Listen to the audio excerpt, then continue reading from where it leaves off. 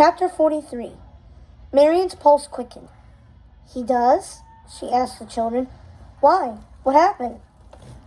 She listened as the bunnies and turtle explained, their words tumbling over one another. When they got to the part about the sheriff stealing Friar Tuck's map, her heart sank. It seemed every time she thought things might be getting better, they always get worse. Can you help him? Asked the little girl rabbit, who had introduced herself as Sis, her face bleeding. I'd feel so bad if he were hurt because of us. Don't worry, Marion assured her. I can help. At least I think I can. The sheriff will need to go back to Prince John to get permission to gather his soldiers. He won't be slow about it, but I can get a head start. I can reach Robin and the others and let them know what's on its way. Hopefully, that'll give them enough time to hide.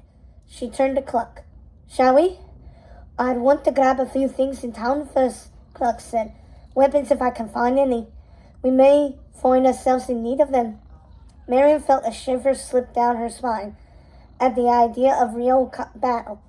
All this combat training she'd had of late, but she never had to use it in real life. This time, however, it might be unavoidable. All right, she said.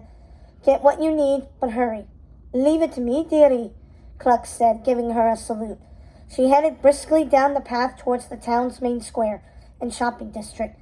Once she was gone, Marion turned back to the children. Thank you again, she said. You may have just saved a lot of lives.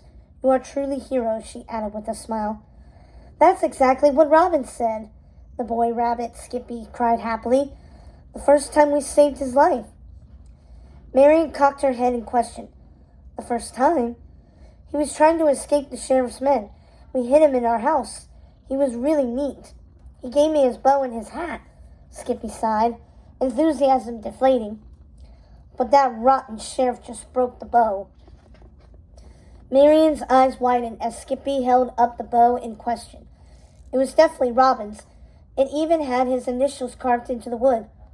Well, what do you know, she thought. Maybe her good deeds are rubbing off on him after all. She hoped so, anyway, because she needed a great big good deed as soon as they dealt with the sheriff's snag. She realized the bunnies were still looking up at her. That's a lovely bow, she assured him, and I'm sure we can get it fixed for you. But right now, let's get you back home before your mother worries. She started to usher them back to town. But Skippy dug in his heels. No way, he cried. We're coming with you. We want to help Robin too. Marion felt a pang in her heart as she caught the pleading look on his face. What a bold little bunny. She hated to disappoint him, but there was no way she was bringing children into this mess. You're very brave, she said, and I know Robin would appreciate your loyalty. She tapped her finger to her chin.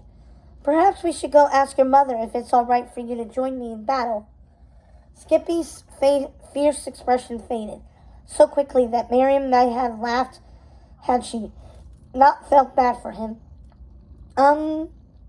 He started, glancing anxiously at his sister. Actually, I think she might want us home for breakfast. Of course, Marion replied soothingly.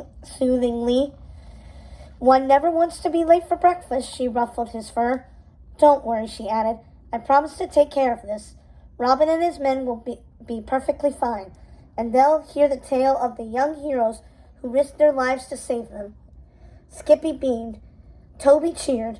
Even Sis cracked a sheepish smile. Now let's get you home, Marion said, clapping her paws together. I need to get to Robin before it's too late.